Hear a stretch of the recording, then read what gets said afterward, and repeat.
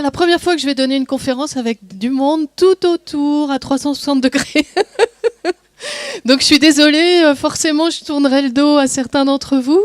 Donc n'hésitez pas à vous signaler si vous voulez intervenir, poser une question, ajouter un élément à ce que j'aborde.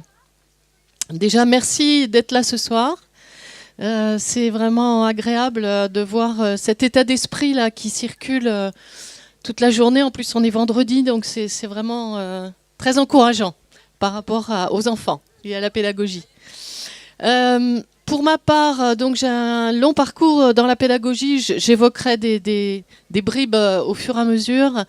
Ce que je voulais vous partager déjà pour commencer, c'est que après m'être beaucoup impliquée dans les forums, dans la création de lieux, etc., j'avais un peu enlevé mon énergie de cette démarche pédagogique, de cet engagement pédagogique au service des enfants.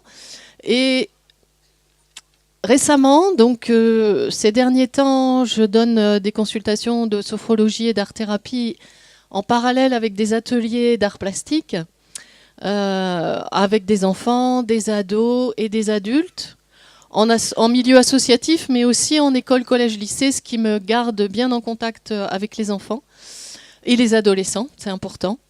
Et le milieu éducatif à la fois alternatif et public. Et il y a vraiment quelque chose là qui m'a donné envie de partager des choses avec vous notamment, et d'écrire, de partager toute mon expérience et des choses importantes que j'ai envie de partager, qui sont ignorées dans le sens oubliées ou pas du tout connues, et qui peuvent vraiment apporter des éclairages importants dans notre période. Les enfants qui m'ont le plus touchée ces derniers temps, c'est des enfants que les parents m'amènent en hésitant un petit peu, en s'excusant, parce que ces enfants ont un diagnostic de dyslexie, de dyspraxie, de 10, d'hyperactif, etc. Enfin, vous connaissez, hein, la liste est longue. Et malheureusement, elle augmente. C'est-à-dire qu'on trouve des nouvelles maladies dans les apprentissages ou les comportements de plus en plus. Ce qui, moi, m'a beaucoup choquée, parce que j'ai l'impression qu'on pense à l'envers.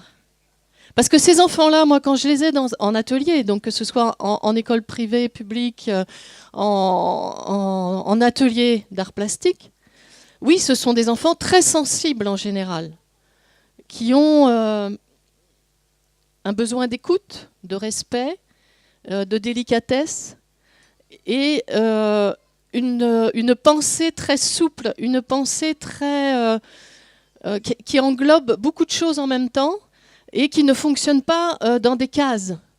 Donc, moi, je ne trouve pas du tout que c'est des enfants handicapés ou anormaux, mais au contraire, des enfants qui ont des talents. Donc là, on a créé un support pour des consultations et des formations pédagogiques qui s'appelle Ars Scola. Donc art, A-R-S, comme l'origine du mot art, mais plus dans le sens de talent, dans le sens de potentiel, et Scola dans le sens à la fois de l'école, comme on le dit en Suède, où il y a quand même une ambiance autre qu'en France, et Scola aussi en grec ancien signifie temps libre, temps où l'on s'accorde à s'affranchir des contingences sociales et utilitaires.